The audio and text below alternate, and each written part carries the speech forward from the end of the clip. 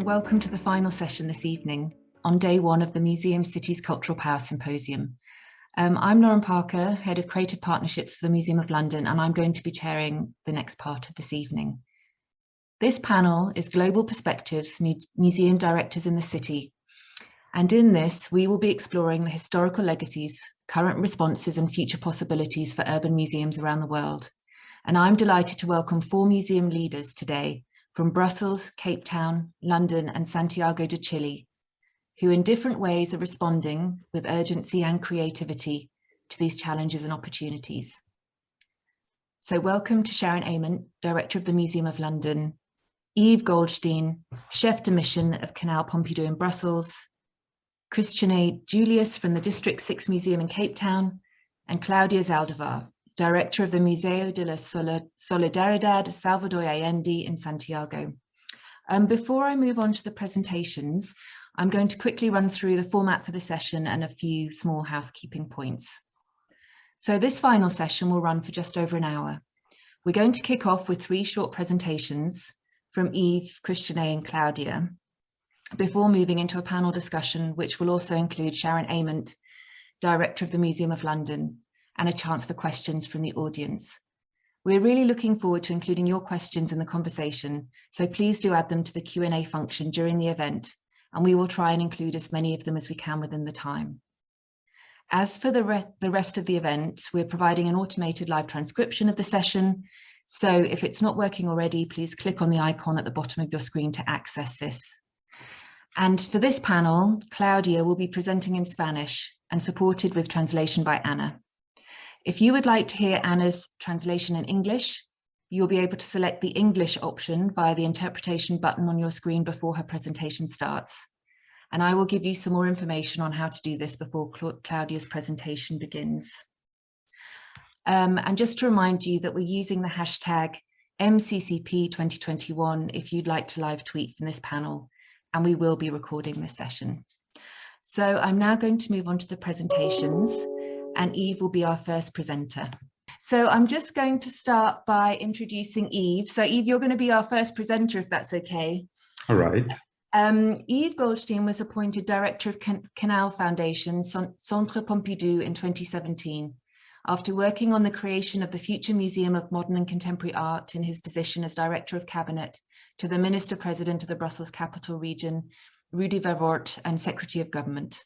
Yves has participated in the creation and management of many other Brussels initiatives: Brussels International Tourism and Congress, the Palais de Congrès, Parc des Expositions du Heysel, and Atomium. And he has also participated in the creation of the Zaldívar Foundation, of which he has been appointed chair in 2016. The ambition of Kanal Centre Pompidou is to offer a centre of culture and exchange open to all, to put the creative scene of Brussels in the limelight and to contribute to the capital's cultural appeal. And it's being housed in a former Citroën garage in the centre of Brussels. It will provide Brussels with a major European cultural hub, and in the context of a 10-year partnership with the Centre Pompidou, the future Kanal Centre Pompidou will not only house a museum of modern and contemporary art, but also the collections of architecture and urbanism of the Zaldívar Foundation. It will also accommodate many public spaces with a range of functions, including several stages for the performing arts. So please welcome to Yves, and please, if you'd like to start your presentation, you're very welcome. Thank you, Lauren. You already said all the principal things, so I don't have a lot of things to add now. I was joking. Kanal is a huge project for Brussels. It's a project that we didn't create in Brussels since 1 century, a new museum of modern and contemporary art, but also a museum of architecture. And it's the region, the Brussels region, which is also something new, which is we launched this project. Why did we launch this project now in Brussels? For several reasons. Brussels is a very complex city. Belgium is a very complex country, but Brussels is a very complex city, a city where diversity and where communities are living into the city, in the city. We don't have the situation of neighbors and neighborhoods, but we have the situation that everybody is living in the city, rich, poor, migrant, non-migrant, autochthone, allochthone, everybody is living in the city. But more than that, we have this paradox in Brussels that we are certainly not the only one, but certainly one of the European city most dynamic in the artistical and cultural ecosystem, with a lot of schools, artistical schools, with a lot of artists from all over the world. Brussels is a hub for a lot of artists, and this is a world city. We are the second largest cosmopolitan city in the world. So we have a lot of artists, a lot of young people, a lot of galleries, a lot of collectors. Brussels and Belgium has a huge tradition of collectors, and a lot of art centers also, but with this huge paradox that we don't have any museum for modern and contemporary art for the moment, since more than 20 years. So, and no museum at all on the issue for the young creation, the young creators, the young artists, the emergent artists. And for the Brussels region, it was a shame that Brussels doesn't have the museum that the city needs. But more than the question of the artistic ecosystem and the hub for artists that Brussels is, the question of Kanal, it's not only a question of art, but it's also a leverage to ensure a society of living together.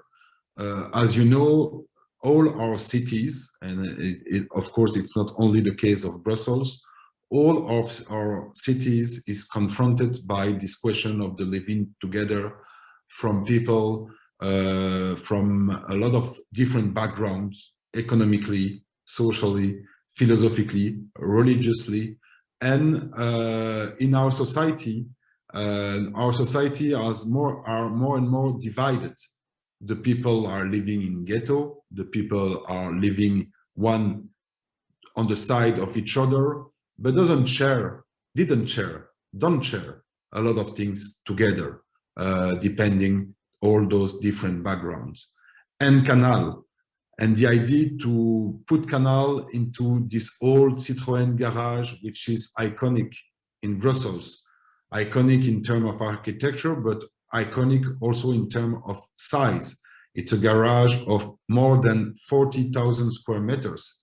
And to invest this garage, to transform it into a museum, allow us also to think the museum a little bit differently than other museums in Belgium, of course, but maybe also around Europe and the world. A museum which is not only a place of exhibition, a place of curation, a place of programmation and multidisciplinary programmation, plastical art, visual art, but also dance, performance, theater, music. And to make this possible, we bought, Brussels region bought this building to transform it into a museum. But when the central line, the central construction of the building, because I didn't say that for the moment, but Kanal is not already opened. We are just in the construction and the transformation of this garage into a museum. However, we began some experimentation, some prefiguration since May 2018, and I will come back to this process of experimentation and prefiguration on the idea of build a museum not by a top-down dynamic, but by a bottom-up dynamic and an experimentation dynamic. But the size of the building, to come back to this issue, the size of the building allowed us with architects, and after an international competition, we chose a trio of architects from Belgium, Switzerland, and London and UK, which is calling Atelier Kanal. We put the center of gravity of this new museum, of this new building, won't be the spaces of exhibition, but will be public space.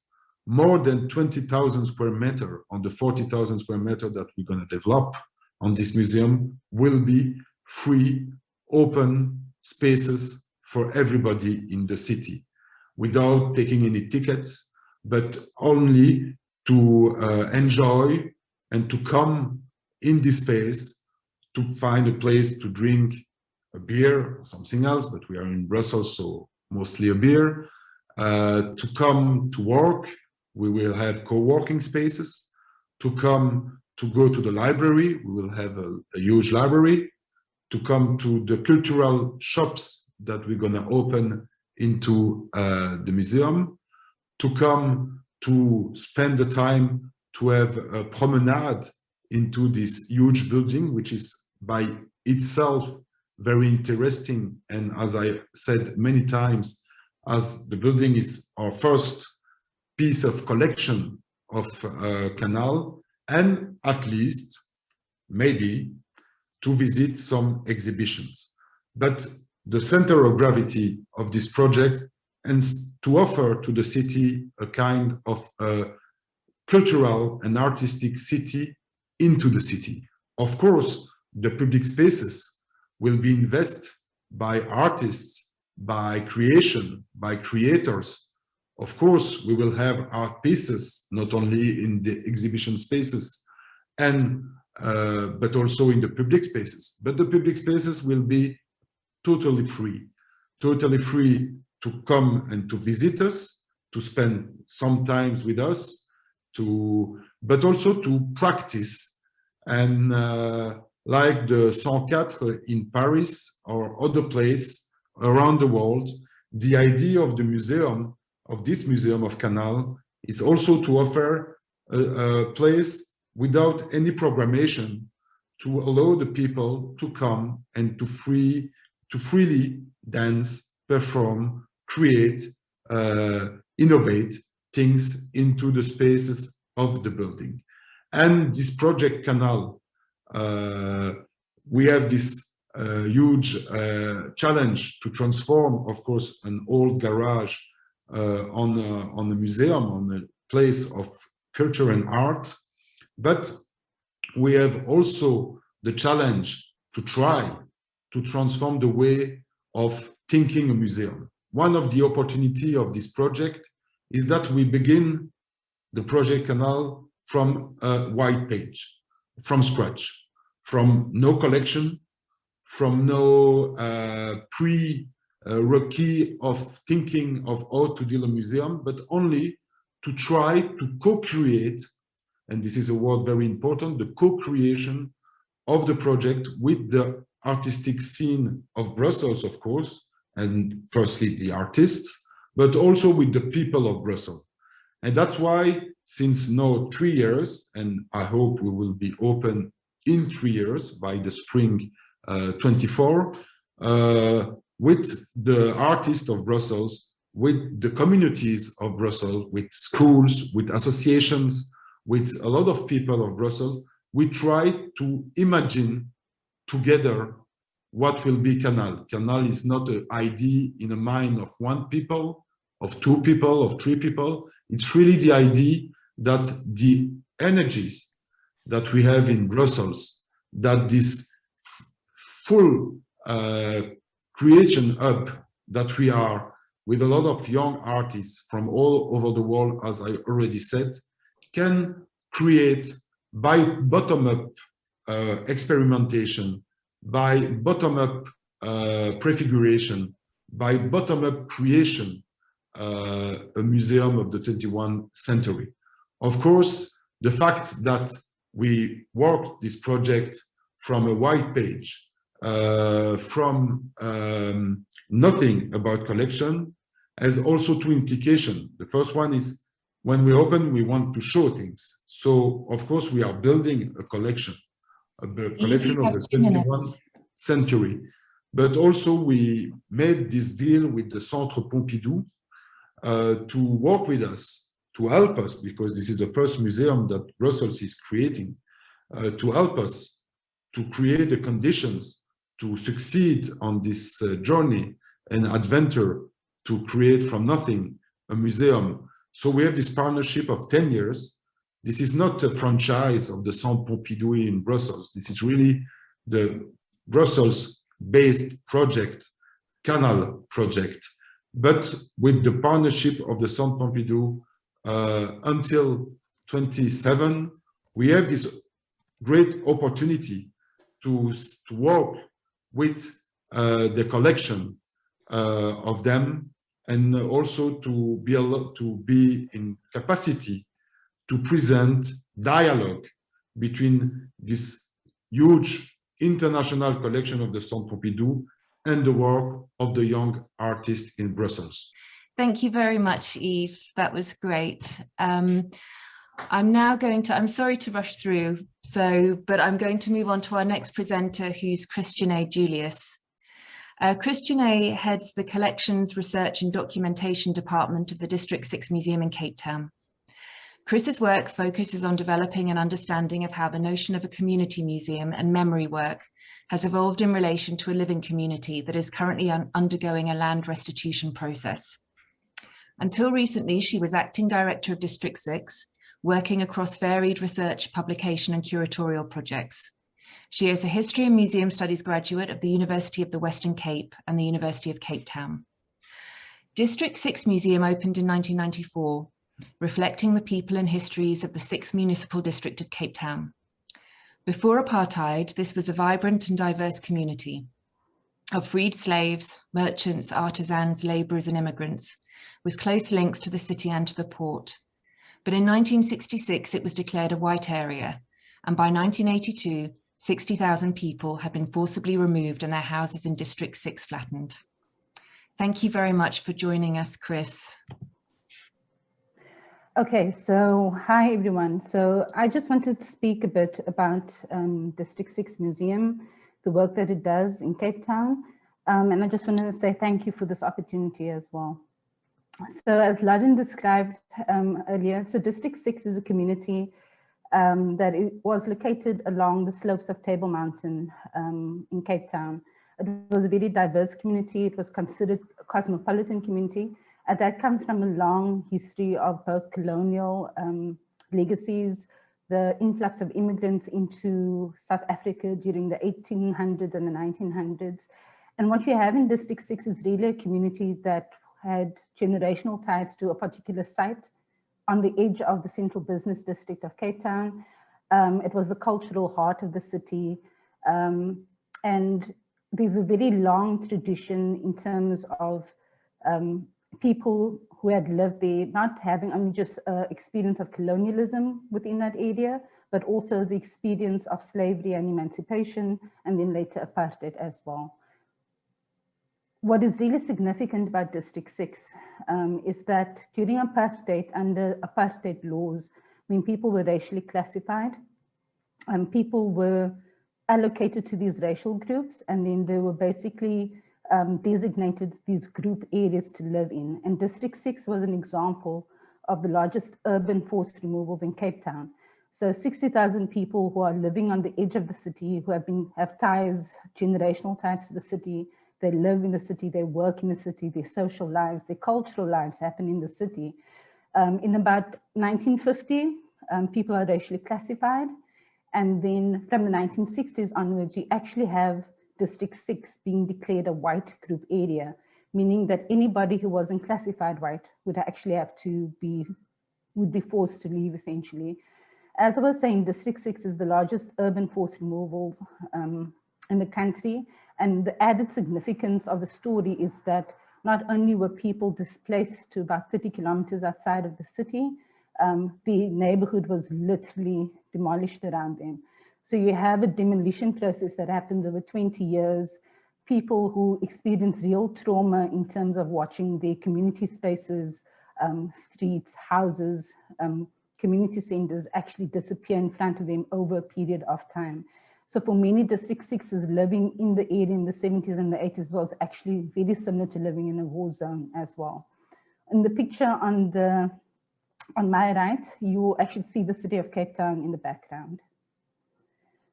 So the images that I'm showing is just to give you a scale of the sense of the scar in Cape Town, what we call the scar in the heart of Cape Town. And on the right-hand side, you have images of where people were actually moved to. So people were moved in total, if you think about not only District 6, which was about 60,000 people were moved, in total in South Africa, about 3 million people were actually moved under forced removals and different kinds of removals as well. So this is a policy of the apartheid state that has a real impact, not only on city and urban spaces, but on rural areas. And it impacts on every sort of urban space that you find in the country, whether it's a huge city like Johannesburg or Cape Town, or whether it's a rural town as well. So people sit with the legacy of watching their communities disappear and having to move away from the city, away from the resources, away from spaces that they used to use as well. What is really significant about District 6 is that it becomes a space for people to rally around. So the scar that you see on the side of Table Mountain remains empty. Sorry, I'm trying to also prevent a cat from coming in front of the screen. So what you have on your left-hand side is District 6 in the 1960s, and what you have on your right is District 6 in 2001. That urban scar in the city is what we call District 6 today. The District 6 Museum really emerges out of an attempt to look at District 6, to look at the people who moved there and to ensure that the memory of District 6 doesn't disappear. In the 1980s, when you pretty much found the scar on the landscape of District 6, you actually had an oil company, BP, wanting to redevelop District 6 as a white group area. And out of that movement, a number of activists, political, cultural activists, civic associations came together and basically said, there's no way that we will allow the apartheid state to redevelop that space without ex-residents and without former residents actually being part of the redevelopment process. And it is out of that movement. So, and for us, this is a really important point. The museum emerges not as this idea of a museum, but the idea of an activist movement, a way to keep the memory of District 6 alive, a way to keep people's memories alive, but to support them in coming back to the land of District 6 once apartheid is actually dismantled. So the District 6 Museum has this lovely idea of being a space of memory, a space in which we are not about a museum building, but we are more about people, we're about exhibitions, we're about community organizing. But in 1994, we actually settle into a museum building and we sort of start emerging as a museum space. And we move from a very sort of organic way of working, where ex-residents work together with academics, work together with political activists, and a real community of people establish the museum. By the year 2000, you actually have a museum that looks very much like traditional museums do. It has an exhibitions department, it has a collections department, it has an education department. And part of what the museum has had to do is to really rethink, when we call ourselves a community museum, what does that actually mean when you start taking on the form of what a traditional museum looks like, and when you've actually moved into a building and become almost a permanent feature of how District 6 memory is kept in the city as well.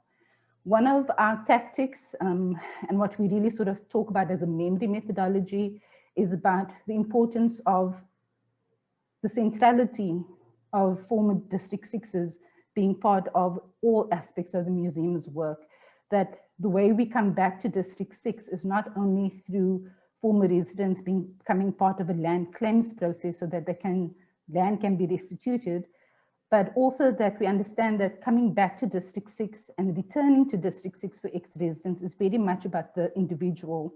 It's about memory. It's how people come back into a city space, come back into an urban space from those places that they've been removed to and are able to own those spaces again.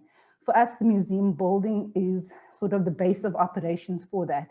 Our work is really geared towards engaging from that building site, or rather from that space of the museum building onto the site of District 6, and looking at rituals, looking at ways of inscription, looking at ways of enacting ownership of that space again, so that when we as Cape Townians come back into the city, that we no longer feel excluded, that we feel we can use these spaces again. And obviously, when you talk about being in a community museum, I sometimes think it's a very easy thing to say, but to do it is a very different story. And I think that when we talk about community-driven programming, we think of ourselves as a museum that works in community, but understanding that though we are saying our programming, our work is driven by our engagement with the District 6 community, at the same time, the museum emerges from a very particular political moment, has a political voice, and in that moment also has a political position. So in engaging with our communities in the museum, in the city, in the areas that people were removed to, we also have to be very careful that the museum maintains a position. So in a city like Cape Town, you feel the legacy of spatial apartheid, you feel the legacies of the racial classification, where people still see each other as other.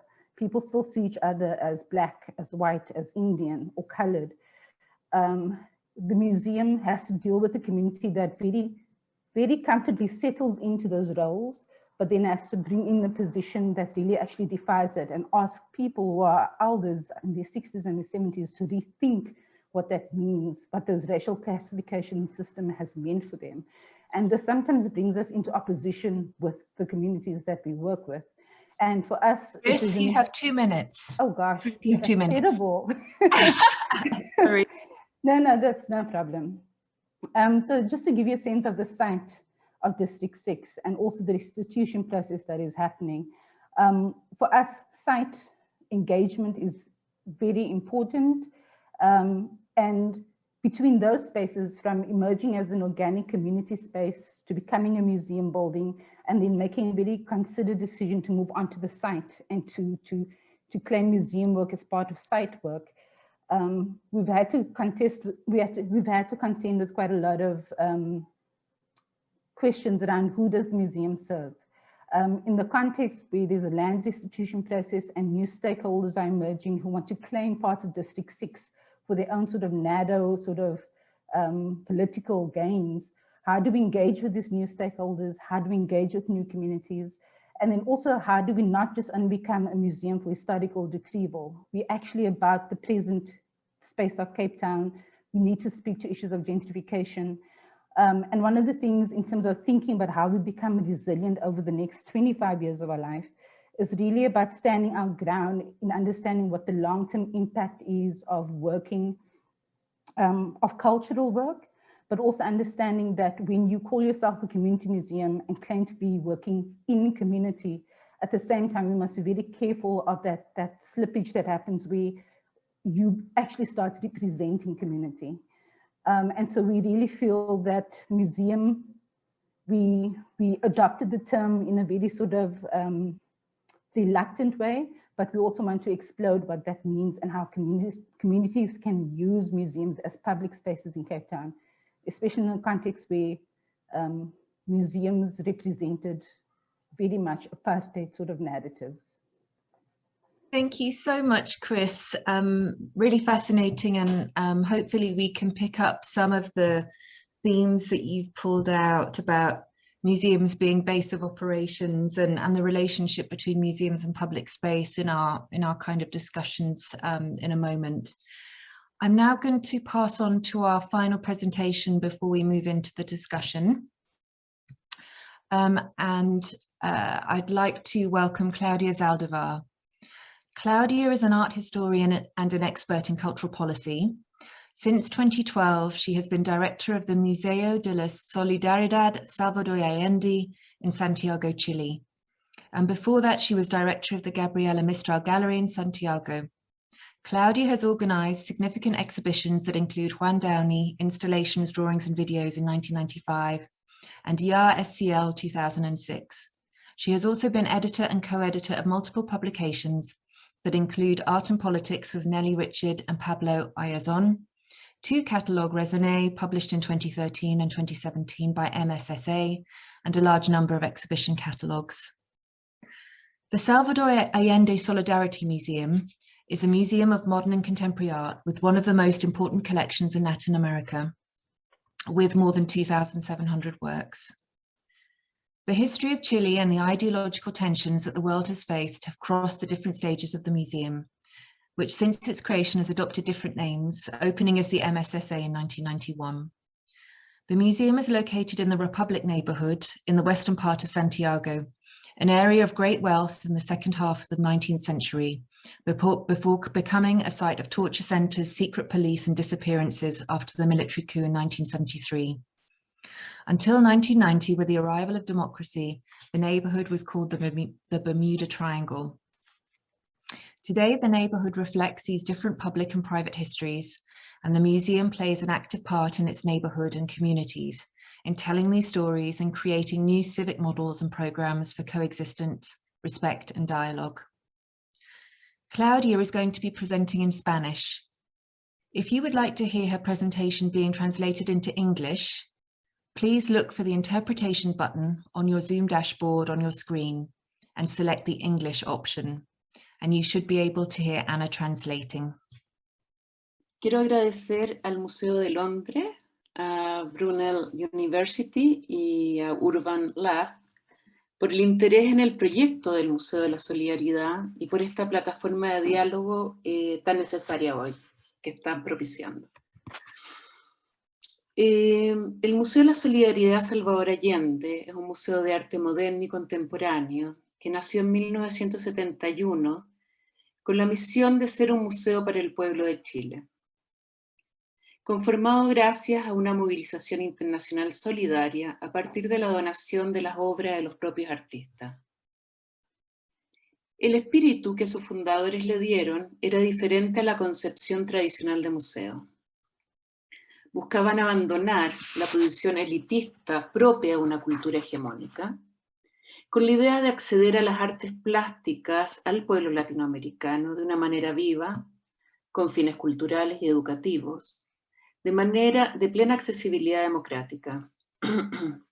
Un museo que fuera capaz de responder a las necesidades de una nueva sociedad, como un medio para avanzar en la integración de las artes con la vida. Les contaré un poco de la historia del museo, ya que es fundamental para poder comprender nuestros valores y miradas actuales. Este modelo museológico fue pensado por una importante red de intelectuales y artistas progresistas del mundo, en solidaridad al gobierno de Salvador Allende, que fue el primer gobierno socialista elegido democráticamente en el mundo.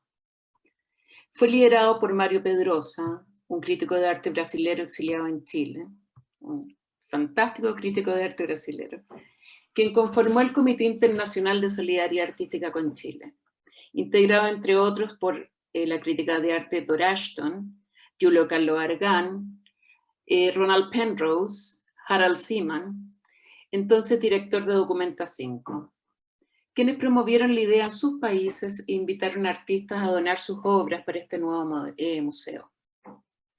A los pocos meses ya se habían comenzado a recibir donaciones de Miró, de Vasarely, de Frank Stella, Ligia Clark, Calder. Llegaron más de 650 obras a Chile. El museo se inauguró en 1972 en Santiago y ya en septiembre del 73 sufrimos el golpe de Estado en Chile, que lo invisibilizó, se perdió la pista de su colección y sus gestores sufrieron el exilio y la clandestinidad. El proyecto se rearticula en 1975 desde París y La Habana con el nombre de Museo Internacional de la Resistencia Salvador Allende, como parte de una campaña internacional de denuncia a los atropellos de la dictadura chilena. Este museo en el exilio, a pesar de no contar con sedes propias ni presupuestos estables, logró formar una importante colección de 1.200 obras, realizar un sinnúmero de exposiciones itinerantes y resistir hasta 1990, gracias al apoyo solidario de diferentes redes afectivas en Europa y Latinoamérica. En 1991, con el retorno a la democracia, las obras fueron trasladadas a Chile y se reunieron con la colección que había sido escondida desde los 70 en Chile, inaugurando una tercera etapa, el Museo de la Solidaridad Salvador Allende, que es la etapa actual.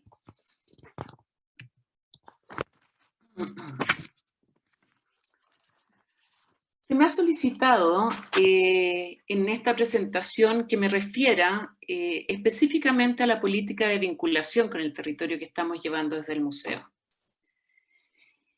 Como planteaba nuestro primer director del museo, Mario Pedrosa, se debían incentivar proyectos para que el lenguaje plástico se fuera integrando paulatinamente a la vida cotidiana, para que el arte, en cuanto a ejercicio experimental de la libertad, pudiese conectar el interior con el exterior y cumpliera la función social de reeducar la sensibilidad de las personas, permitiéndole descubrir nuevas formas de conocer y relacionarse con el mundo. El museo se concebía entonces como progresista y experimental, como una casa de experiencia, un paralaboratorio, tanto para los artistas como para las distintas comunidades. Esta mirada de los 70 es sumamente necesaria a la realidad y demanda social que estamos viviendo en Chile y en el mundo. Vemos el museo como un espacio vivo, abierto, permeable, facilitador de procesos y experiencia, una plataforma dinámica en permanente diálogo y transformación. Entonces nos preguntamos hoy, ¿cómo nos planteamos como museo para propiciar este espacio experimental? ¿Cómo nos relacionamos con las comunidades? Les contaré el proceso que vivimos desde el museo con la comunidad de nuestro barrio, el barrio República, sector céntrico de Santiago, donde se emplaza el museo, que es un barrio multicultural y diverso que contiene muchas capas de la historia social chilena. Desde la riqueza arquitectónica de pequeños palacios de inicios de 1900, hasta donde se instaló la policía represiva de Pinochet durante la dictadura. Desde el año 2012, cuando asumo como directora, veníamos haciendo diferentes intentos de acercamiento con nuestros vecinos, porque existía una desconexión total. Trabajábamos desde la museología y pedagogía crítica basada en los principios de la mediación cultural y artística, propiciando el diálogo, la experimentación, la reflexión de lo individual en función de lo colectivo. Pero debíamos ir más allá, debíamos plantear una estrategia proyectada en el tiempo que nos llevara a una relación de confianza mutua con la comunidad. En 2016, entonces, iniciamos el proyecto Mirada de Barrio, que fue gradual, sostenido en el tiempo, transdisciplinario, donde participaron sociólogos, artistas, junto a los profesionales del museo para un primer levantamiento. Después de diferentes encuentros y dinámica con los vecinos, se decidió trabajar en la exposición en torno al tema del patrimonio del barrio, en su pasado, presente y futuro. En esta negociación pasamos a ser uno más en la comunidad, disponiéndonos a ser permeados y transformados como institución con todos los riesgos que esto conlleva. Después de un proceso de 6 meses, de talleres de textil, fotografía, escritura creativa, postal para niños y niñas, en septiembre del 2018 inauguramos la exposición Haciendo Barrio, que la pueden ver aquí. Producto de una curatoría colectiva con un grupo de vecinos de estos mismos talleres. Y negociamos desde el nombre, la obra exhibida, el diseño museográfico, la inauguración, etc. Todo. Y esto fue un gran y maravilloso aprendizaje en toda la complejidad que tiene, que nos ha transformado tanto a la institución museo como a sus trabajadores. Ha abierto nuevas relaciones y una vinculación de confianza en nuestra comunidad más cercana, que era lo que estábamos buscando y lo que buscamos permanentemente. Para dar continuidad al proyecto, creamos el programa de vinculación con el territorio ya en el año 2019. dentro del área de programas públicos, con una coordinadora a cargo, y la finalidad es seguir generando vínculos de colaboración con nuestros públicos barriales, involucrando agentes y organizaciones en la implementación de actividades en torno a las artes y la cultura. A solicitud de los vecinos, continuamos con el grupo de textil y fotografía y creamos el de Huerto Escuela. Así nacieron las 3 brigadas que funcionan en forma autónoma al alero del museo, relacionadas mediante un programa permanente con talleres artísticos diseñados e implementados en conjunto y facilitados por los miembros de esta brigada junto a artistas y otros profesionales, y bueno, y los trabajadores del museo. La relación institución-comunidad siempre ha sido compleja y asimétrica. Es común que exista sospecha hacia la primera. La colaboración se ha construido poco a poco entre los miembros del barrio, las organizaciones y el museo, y sus trabajadores, en donde prima un respeto a la diversidad, a las orgánicas, a las dinámicas de cada cual, y a la vez hay un diálogo que se construye día a día, donde el proyecto común está en permanente negociación y disputa. Los públicos son heterogéneos, propositivos y en constante transformación. Cada persona viene con su subjetividad e historia a tensionar el espacio compartido, el espacio del museo, y por tanto a sus visitantes. En tanto, el museo como estructura institucional se tensiona y replantea su actuar permanentemente. Parte de esa tensión radica en comprender que la vinculación con el territorio es parte fundamental de nuestra política museal, que se basa en los ejes de solidaridad, arte y política. A través de ellos investigamos, visibilizamos temas contingentes como los relatos invisibilizados por la gran historia, los derechos humanos, la resistencia ante la hegemonía, la recuperación del tejido social, la relación igualitaria con el medio ambiente, entre otros. Tal como tejemos redes de colaboración internacional que nos han llevado a exhibir recientemente, por ejemplo, en la Bienal de Berlín, también tejemos lazos en las calles de República, con la Asamblea del Barrio, la Junta de Vecinos, la Textilera, nuestras vecinas y vecinos. Y estos y nosotros, a su vez, con los artistas, con los curadores, profesionales de la cultura, y nos retroalimentamos de nuestros saberes y de sus saberes. El estallido social de 2019 en Chile afianzó nuestros lazos con la comunidad. Mientras los museos del centro de la capital cerraron por los desmanes en las calles y atentados a su edificio, nosotros generamos una declaración pública como trabajadores, poniéndonos a disposición de nuestra comunidad. Fue así como comenzamos una frenética agenda de cabildos ciudadanos y ciclos de diálogo en el museo, y talleres de textil y de bienestar para la comunidad realizados por las brigadas en la Plaza del Barrio, donde participaron cientos de personas. A la par que la reflexión ciudadana crecía, se cimentaba el camino para cambiar la constitución política creada en dictadura. Un año después, en plena pandemia, este año, un 80% de los ciudadanos aprobamos elaborar una nueva constitución redactada por ciudadanos escogidos para este fin. Estamos convencidos que el tejido social hoy fracturado debemos reconstruirlo desde los afectos, desde lo local, con nuestra comunidad, en diálogo con nuestra comunidad. Nuestro compromiso como museo es ser una plataforma permeable, abierta a la colaboración, en donde se expresa efectivamente una gestión horizontal, de escucha, de confianza y honestidad, donde todos tengamos un sentido de pertenencia y avancemos hacia la integración de las artes a la vida cotidiana. Muchas gracias. Como dato, para terminar, les cuento que en unos meses más publicaremos el libro Mirada de Barrio, que ha sido coeditado, que ha sido muy difícil, entre las vecinas y trabajadoras del museo, y que aborda el proyecto, todo este proceso, desde distintas voces y en profundidad. Eso. Muchas gracias.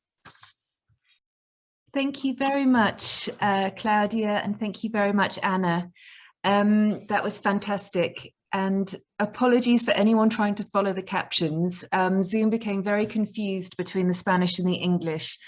It was incredibly poetic, but not very helpful. So we will try and fix this in time for tomorrow's panels. I'd like now, please, to welcome Sharon to join the discussion, where we will have Yves, Chrischené, Claudia and Sharon.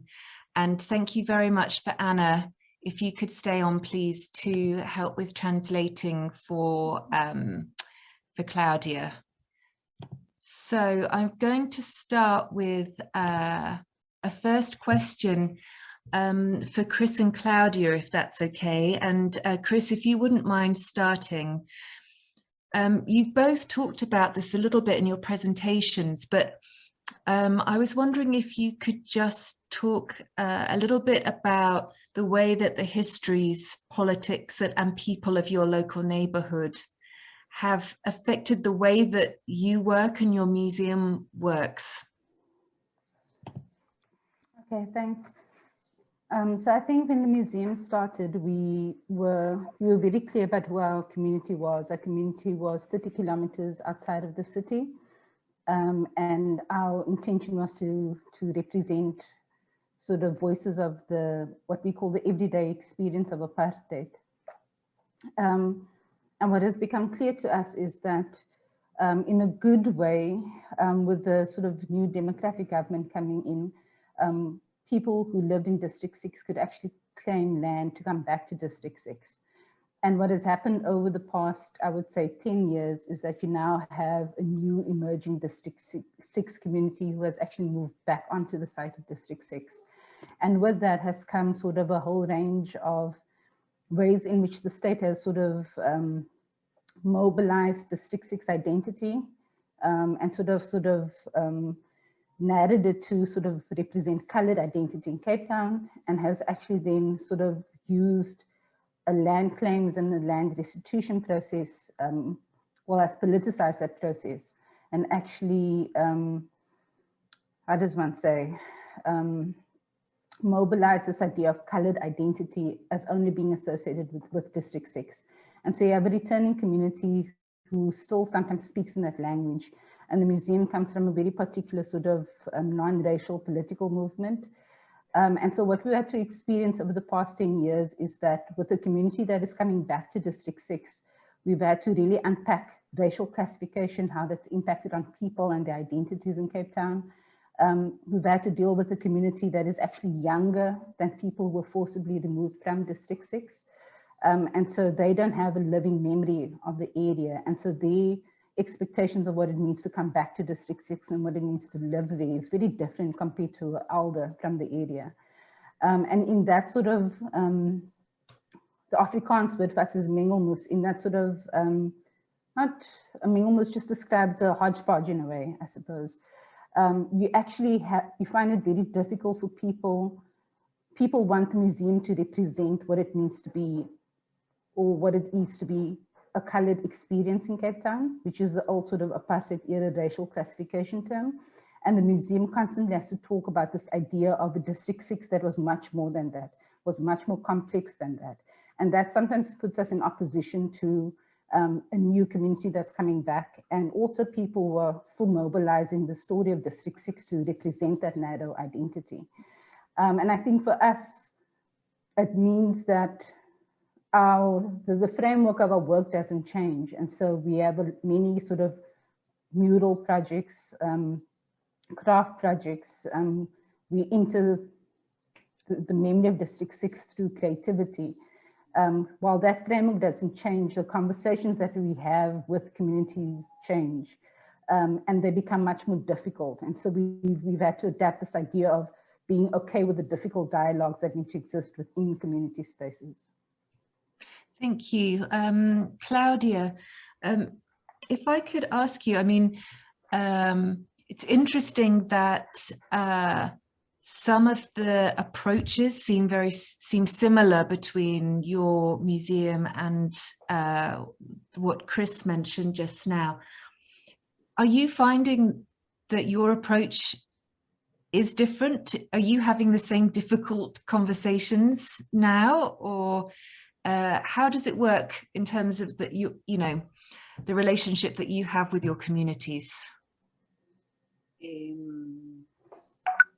A ver. Bueno, son contextos sumamente distintos. El museo ha sido muy...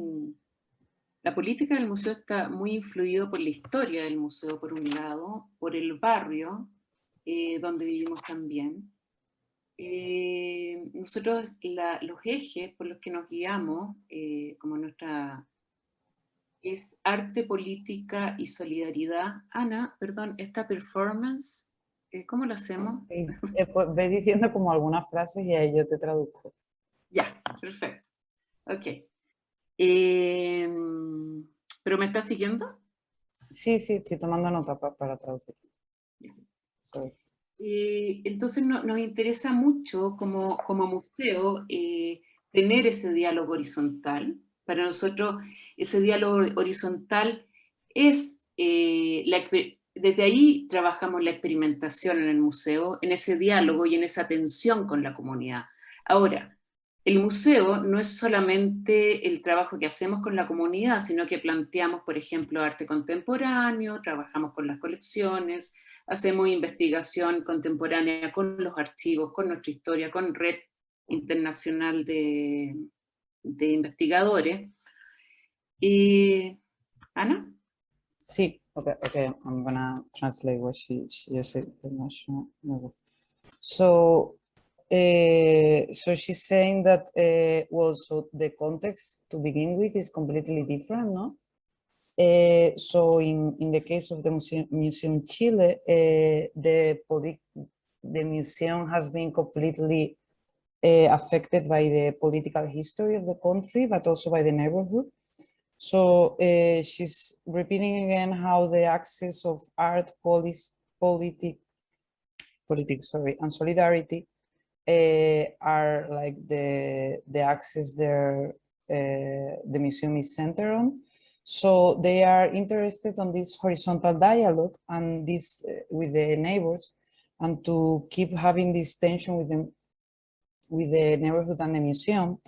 But Claudia is making clear that this is not the only thing that the museum is doing, but also they continue bringing art exhibitions and doing research with international networks and archives and etc. Sorry. Y es como, perdón, y para terminar, es como los principios de los 70, que son muy contingentes hoy, cómo los repensamos y los contemporaneizamos. O sea, ¿qué es lo experimental hoy? ¿Cómo releemos contemporáneamente esos principios y esos discursos? Okay, so she's saying that the beginning of the 70s, which are very important, how the museum, how they rethink about they rethink these ideas, and how from a contemporary position these ideas are reread, like read from a different perspective, and how they find this contemporary interpretation. Mm-hmm. Thank you.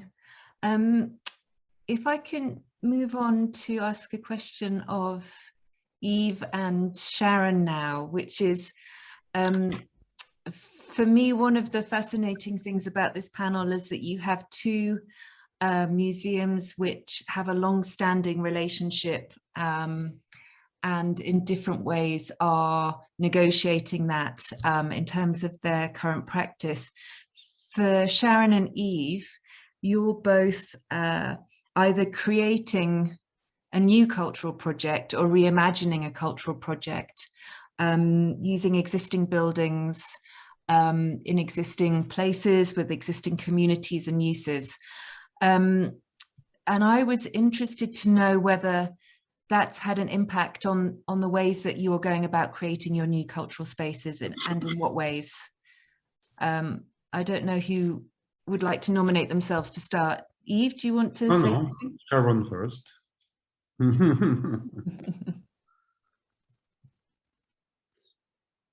Okay. Thank you, Yves. I think I've spoken a lot already, so I won't take a long time. It's a real moment of self-reflection, and we've said to ourselves from the beginning, like all the museums here that have spoken this evening, we are doing this in partnership. So we gave ourselves a challenge to engage 100,000 Londoners in the process of recreating the Museum of London. And I think we're up to about 25, 27,000 people engaged so far.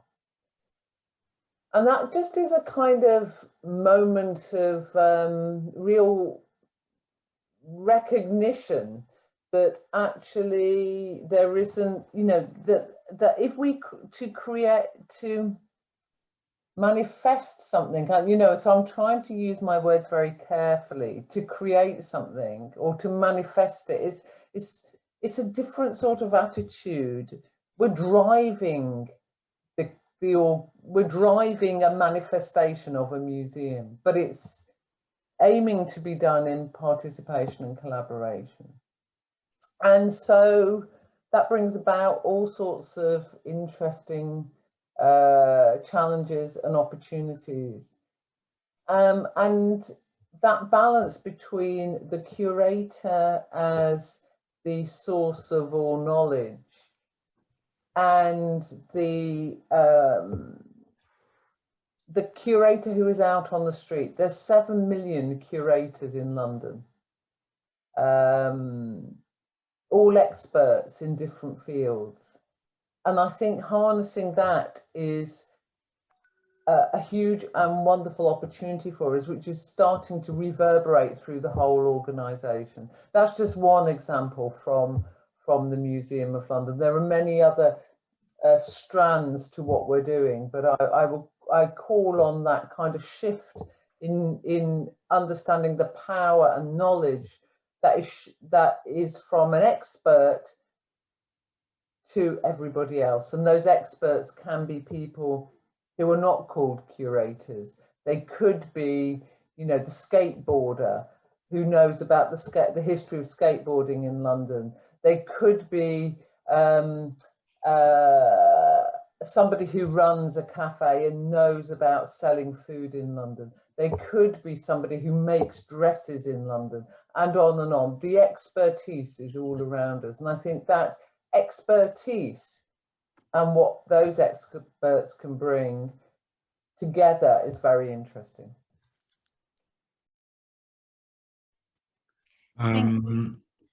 Thank you, Sharon. To ask the question and to go in this more or less in the same line of what Sharon said, to create something from nothing gave also the opportunity to invent, not only to copy or not only to base the project on a collection, which is more or less the main majority of case of creation a museum. So this opportunity to work without this collection, but we are creating this collection, but to begin without the collection and to begin without any prerequis, unless the building, which is an energy as itself, as the old industrial place iconic in Brussels, in difficult neighborhoods with a large number of different communities from Africa, from Eastern Europe, from South America are living, gave us opportunity to create new ways of dealing the functioning and the targets of the museum.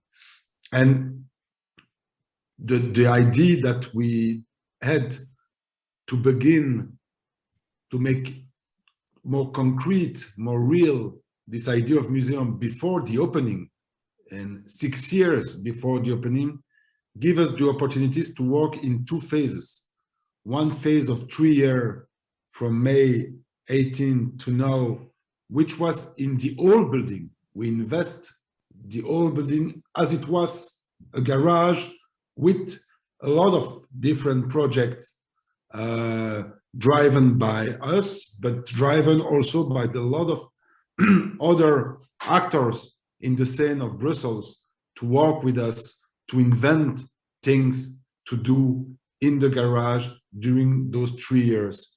But now that we are in a phase that the garage is a construction site, and that it's impossible to do things into the garage, give us also the opportunity to not reinvent, but think a museum without a place, and oblige us not to work only in our building, but to work outside the building, into the communities, into the associations, into the streets, on the public space. And one of the main projects, but not the only one of the main projects that we are developing for the moment is, we call it a collective museum.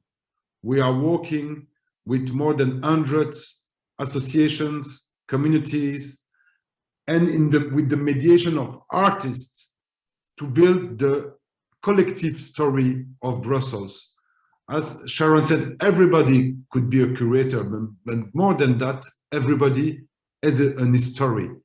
And Brussels, as a city of multi-levels of migrations, have a multi-level story. And the idea that Kanal will not only be a place for exhibition based on collections and heritage, but based on the people, on their stories, and that a museum can be a place to share the stories of all those different people living in Brussels is very important. And the opportunity to do it from the beginning gave also the opportunity of the ownership.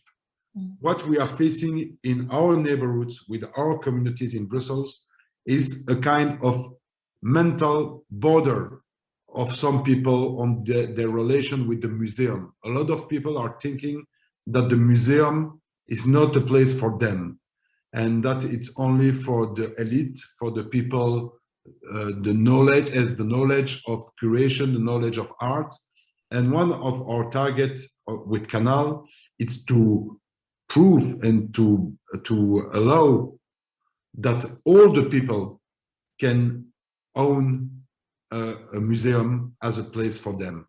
And by working on their stories, on their lives, and to find that there is a place with the work with artists and their stories in a museum, can change this mental map, which is so important to make that the museum is a place for everybody, and just a place for living together and a place for sharing things together. Thank you, Yves. That's fantastic. Now, I had a few questions still on my list to ask you all, but I just want to make sure that we have time to respond to some of the questions coming in from the audience, of which there are lots. So if it's okay with everybody, I'm going to move over to looking at the questions in the Q&A. So let me have a look and see. I've got one of the questions is about shared authorship and about shared authorship in collecting, particularly addressed to Chris, and just a question about how you go about doing that in your museum.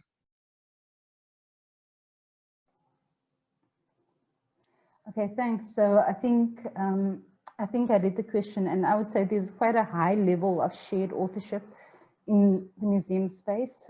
So we have workshop processes that have been going on for about 12 years, weekly meetings in which people are, you know, on the surface you would call it research, but it's really an engagement with a group of women from the area around the memories of domestic activities in District 6. And through that process of them learning how to create learning crafts, learning how to sort of create exhibitions around their memories, I think for us, we try and ensure that there's that high level of shared authorship. We struggle with the idea of collecting. So for us, we say that we collect memory, and for us, oral histories then are the sort of the basis of that.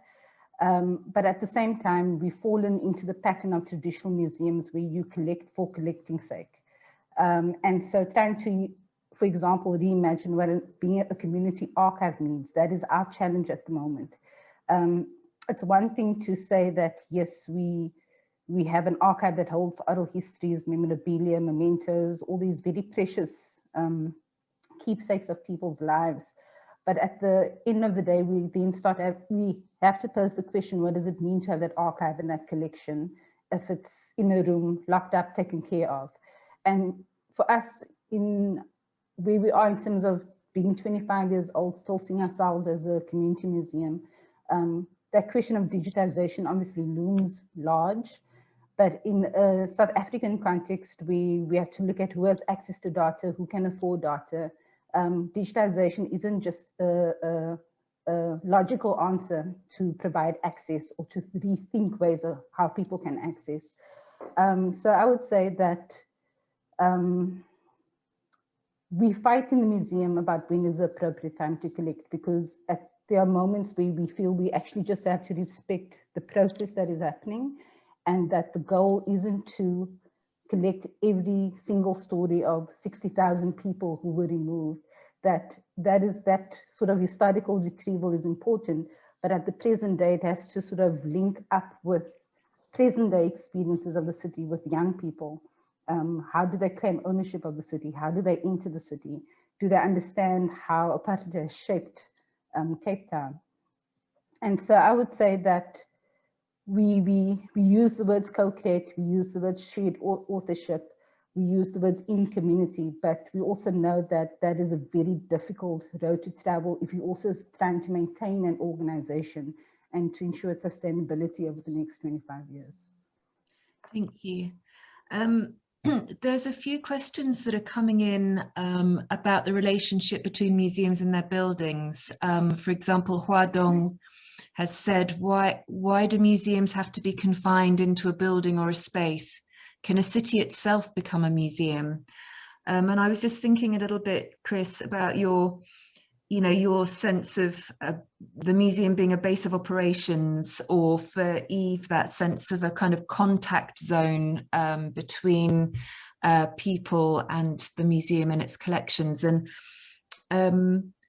I guess the question, why do we need a museum, physical building as a museum? And I don't know, Claudia, do you want to start off trying to answer that one? Could a city itself become a museum? Claudia, solo por clarificar, como que respondas a esa pregunta de si la ciudad en sí podría ser un museo, porque están preguntando como si realmente necesitamos un edificio para tener un museo. Y bueno, la pregunta que te ha hecho más específica, Lauren, es esa, ¿no? Como si puede la ciudad en sí ser un museo.